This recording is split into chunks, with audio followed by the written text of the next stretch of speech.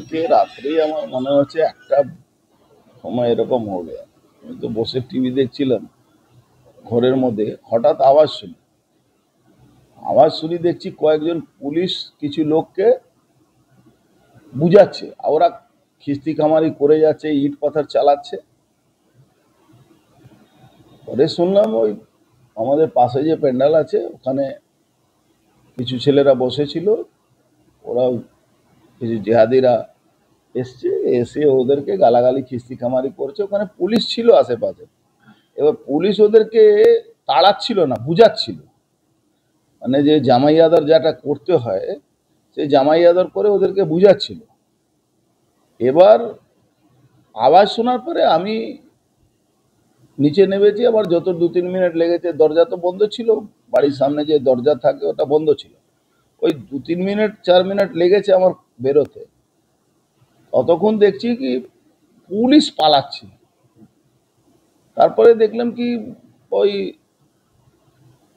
এটা বম বলছে, বোম চলছে, বোম চালিয়েছে। দেখবেন একটা আমি ভিডিও দিচ্ছি এখন, ওই পুলিশের মোটরসাইকেল ছিল, ওর সামনেই বোমটা পড়েছে, পুলিশ পালাচ্ছে। এবার ওখানে পাশে সঞ্জয় গাড়ি নাকি ভেঙে দিয়েছে, তখন ওটা আমি খেয়ালও করিনি, আমি দেখিও নি, কারণ অনেক রাতের ব্যাপার তো। কিন্তু আমি যখন নামার পরে ওরা পালাতে শুরু করেছে, আমি তাড়া করতে করতে ওদেরকে নিয়ে যাই ওই সঞ্জয়ের বাড়ি যেখানে আছে ওখানে। ওরা বোম আর গুলি ফায়ার করছে, পালাচ্ছে। পুলিশ বেচারা পুলিশদেরকে আমি ভিডিও দিচ্ছি কিভাবে বেচারা পুলিশ পালাচ্ছে, মানে ভাবতেই পার। দেখুন উদ্দেশ্য কিছু না, এটা পুরোপুরি মমতা ব্যানার্জির ইনস্ট্রাকশনে পুরো বাংলায় বিজেপিকে দমিয়ে দেওয়ার একটা চক্রান্ত চলছে।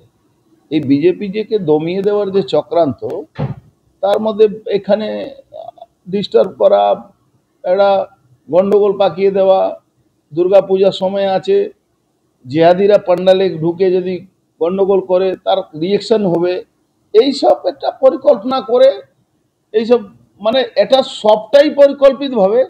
কেন হঠাৎ দেখলাম ওই বেচারা পুলিশরা, সত্যি বেচারা, কালকে দেখলাম আমি না থাকলে বেচারা পুলিশরাও হয়তো বোমের বা পুলিশ এতে গুলি খেত।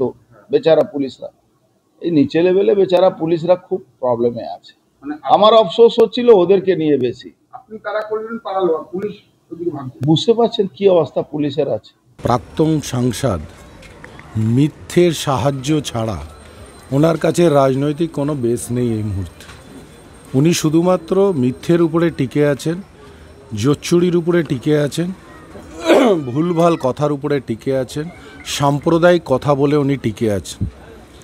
এই মজদুর ভবন যেখানে ওনার বাসস্থান প্রাক্তন সাংসদের, সেখানে কয়েকটি বাচ্চা ছেলেকে উনি পুষে রেখেছেন, যারা বিকেল হলেই ওখানে মদ্যপান করে ওই অফিসটার মজদুর ভবনের সামনে বসে তারা সাধারণ মানুষকে টিটকারি, মহিলাদের হাত ধরে টানাটানি, বিভিন্ন রকমের এই ধরনের কাজ করে এবং উপস্থিত থাকে সেখানে পাশে দাঁড়িয়ে সিআইএসএফ। এই পরিস্থিতিতে কালকে একটি নিরীহ ছেলে অমিত বলে যখন যাচ্ছিল একা, তাকে করা হয়েছে, তার অনেকগুলো স্টিচেস এসেছে এবং সে এখন আইসিইউতে ভর্তি। এই পরিস্থিতিতে অমিত সিং, রাজেশ সিংয়ের ছেলে, রাজেশ সিং অকল্যান্ড জুট মিলের ইউনিয়ন লিডার, সেই ছেলেটিকে ওই মজদুর ভবন অর্জুনের বাসস্থান তার সামনে ওকে ফেলে মারা হয় এবং তাকে এত মারা হয়, এত ছিল, তাকে ফেলে দিয়েছিল রাস্তার উপরে এবং সেখানে সিআইএসএফ দাঁড়িয়ে দেখছিল। এই পরিস্থিতিতে তাকে ওখান থেকে তুলে নিয়ে এসে হসপিটালে যাওয়া হয়। এবার অর্জুন যদি সৎসাহস থাকে তাহলে ওই ছেলেগুলোকে বাইরে বার করে দিক সিআইএসএফের পাহারার বাইরে, এবং উনি যে সিসিটিভি ফুটেজটা দেখাচ্ছে ওই পুরো সিসিটিভি ফুটেজটা পুলিশ প্রশাসনের হাতে দিয়ে দিক, কিন্তু উনি সেটা করছেন না। উনি মানে হচ্ছে অর্জুন সিং, যে কাপুরুষের মধ্যে সিআইএসএফকে সামনে রেখে এই ধরনের কাজগুলো করে। আর এটা প্রথমবারের ঘটনা নয়, এর আগে কখনো গুড্ডু সিং, তার নাম হচ্ছে রঞ্জিত সিং, পাপ্পু সিংয়ের দাদা, মানে সঞ্জিত সিংয়ের দাদা মদ্যপান করে সামনের আমাদের মাইনরিটি একটি গলি আছে সেখানে যে যখন তখন মহিলাদের উপরে অত্যাচার মারধর এই ধরনের কাজ তিনি সবসময় করে বেড়াচ্ছেন। তো এটা একটা কমন ফেনোমেনা হয়ে গেছে আমাদের এই মেঘনা মোড়ের অর্জুনের বাসস্থান মজদুর ভবনের সামনে। এখান থেকে মানুষ সঠিকভাবে যেতে পারে না, আর তার একটা ভালো তরিকা বার করেছে সে হচ্ছে যে সিআইএসএফকে সেখানে দাঁড় করিয়ে রেখেছে।